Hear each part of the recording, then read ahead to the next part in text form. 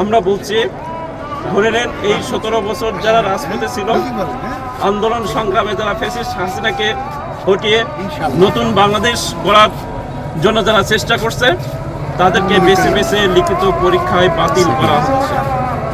এবং আমরা পাশাপাশি দেখে সারা বাংলাদেশের যে শিক্ষা প্রতিষ্ঠান যারা দখল করে আছে, তাদের সেই কর্মীকে এই বিশ্ববিদ্যালয় শিক্ষক নিয়োগের জন্য লিখিত পরীক্ষার নামে একটি নীল নকশা বাস্তবায়ন করে বা একটি বিশ্ববিদ্যালয়ের ইতিহাস ভেঙে তারা এই লিখিত পরীক্ষার মাধ্যমে যারা যোগ্য ক্যান্ডিডেট তাদেরকে বাতিল করে তাদের নিজস্ব যে ক্যান্ডিডেট আছে তাদেরকে নিয়োগ দেওয়ার প্রচেষ্টা তারা অব্যাহত রেখেছে।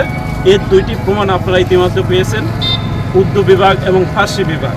সেখানেও যারা এই মেধা তালিকার মধ্যে ছিল না তাদেরকে নিয়োগ দেওয়া হয়েছিল এবং ভূতত্ত্ব খনিবিদ্যা বিভাগেও একই কাজ করা হয়েছিল। সেটি শিক্ষার্থীদের এই সামাজিক যোগাযোগ মাধ্যমে সেটি আসার পর সেই নিয়োগ আপাতত স্থগিত আছে। আমার ডিপার্টমেন্টে দেখলাম যে রিসেন্ট পাস করা একজন ক্যান্ডিডেট ছিল, একেবারে রিসেন্ট, সে 4 পাওয়া, এবং রিসেন্ট হওয়ার কারণে, এবং আমি জানি যে যে সকল কোশ্চিন হয়েছে আমার ছাত্রছাত্রীরা কখনো পিছনে থাকার কথা নয়, কিন্তু তাকে বাদ দেওয়া হয়েছে। ফার্স্ট ক্লাস ফার্স্ট এবং ফার্স্ট ক্লাস ফোর্থ এবং তার 6টা পাবলিকেশন আছে, সে পাস করতে পারে। আমরা কি করব?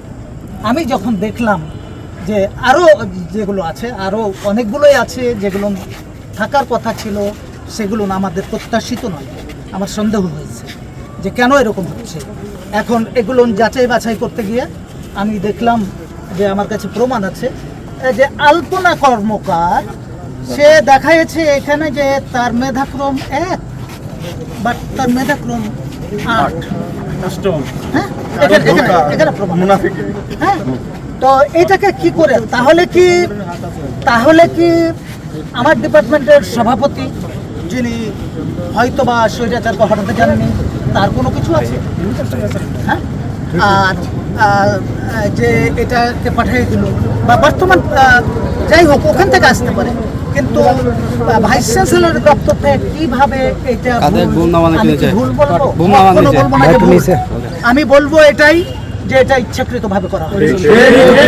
এবং শুধু নয়, আমি এখানে দেখেছি যে রাজশাহী বিশ্ববিদ্যালয়ের কতিপয় 2-1 জন ছাত্রছাত্রী পাস করেছে, বাদ বাকি জগন্নাথ বিশ্ববিদ্যালয়, সিলেট বিশ্ববিদ্যালয়, চিটাং বিশ্ববিদ্যালয় কি করে? এর মানে হচ্ছে সারা দেশ থেকে বিশেষ কিছুকে কতিপয় ছাত্রকে আমার মনে হচ্ছে যে খুঁজে খুঁজে বের করে নিয়ে এসে তাদেরকে এখানে প্রতিষ্ঠিত করা হচ্ছে। বাট আমার যে বিশ্ববিদ্যালয়ের মনোবিজ্ঞান বিভাগের যে সকল ছাত্রছাত্রী, তাদের যে ট্যালেন্ট সে দেখেছি, তাদের একজন ছাত্র প্রমাণ করে দিচ্ছে যে আমি ফার্স্ট ক্লাস ফার্স্ট, বাট স্বৈরাচারের সময় আমি অতিষ্ঠ হয়েছি, পাল্লি বেরিয়েছি, তারপরও গোপনে গোপনে পড়াশোনা করে ব্যাংকের মতো জায়গায় অফিসার র্যাঙ্কে চাকরি পেয়েছে। He is doing job in banking, but এখানে এসে সে কনফিডেন্টলি বলছে যে I have done well in written exam, অথচ তার কোনো নাম কথা নাই। কেন? কোন উদ্দেশ্যে? কারা কোশ্চেন করছে যে তারা ঠিকমতো ইভ্যালুয়েশন হচ্ছে না? কাজেই আমরা অতীতে বলেছি ভাইস চ্যান্সেলর মহোদয়কে রিটেন পরীক্ষা বাদ দিতে হবে।